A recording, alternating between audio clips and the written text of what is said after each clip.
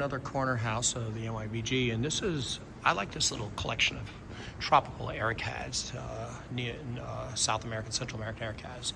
And some of them hang nicely, like this guy, which is what is it again? The genus Ceratostema rayi. It's fairly well known. There are other ones like it coming out into cultivation through places like Ecuador orchids. That's what some of them in. And this is another beautiful one. I have one of these at home for my days of working here. They are lanky to grow as a house plant, though. I will have to say that. But this is a good doer. You have to watch out for mealybugs, too. The flowers on this one are yellow, but the bracts are red and they persist a long time. There's some older ones there. I don't think I've ever seen fruit on this one, and I forget its name. I have a tag somewhere at home on my plant that I've had for many, many years. And there's some bromeliads there on the tree. And there's other ericaceous things. This one's a not so pretty one. It finished flowering, but I recognize it. Don't remember its name though. It's not one of the showy red ones. This is one that maybe it's Firostema that tends to have like blueberry-like fruits, but I don't see anything on it. And more bromeliads and ferns. Here's a nice fern, maybe a pyrosa. Here's one of them with fruits. So with the little blueberry things here. Yeah, and I've been told by Jim Montane, who is a scientist here, who specializes in these things, that some of these blueberry things are edible and some of them not. So explorers in the tropics need to know what they're eating.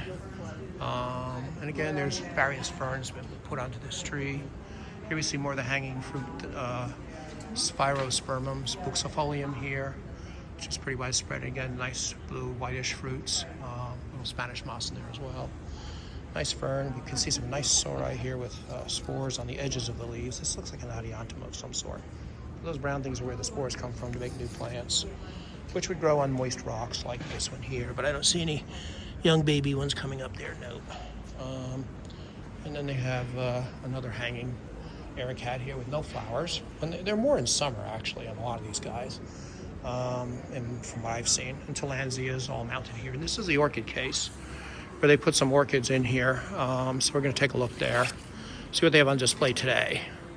They move orchids from the collections in the Nolan houses, most likely, into here. There's a nice Brassivola, a hybrid, and a Brassia, and well, things have been reclassified these days too. So there's some hybrids, pretty much mostly hybrids in here. And there's the jewel orchid, the Dizia.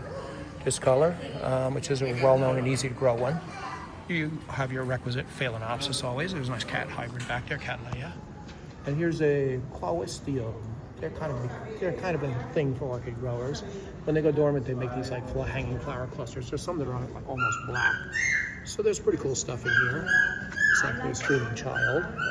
That is a Fragmentipedalium. This is a hybrid. Dawn Winter. I find them harder to grow than the Asian slipper orchids, the Apopedilums. I just don't have the knack for it. I have a few growing in the garage under lights, and they're kind of fading away, most of them. Maybe they need a repotting or something. And there's other plants in here that would bloom in their time. I don't know what the random sticks are about here. That's holiday lighting, I guess.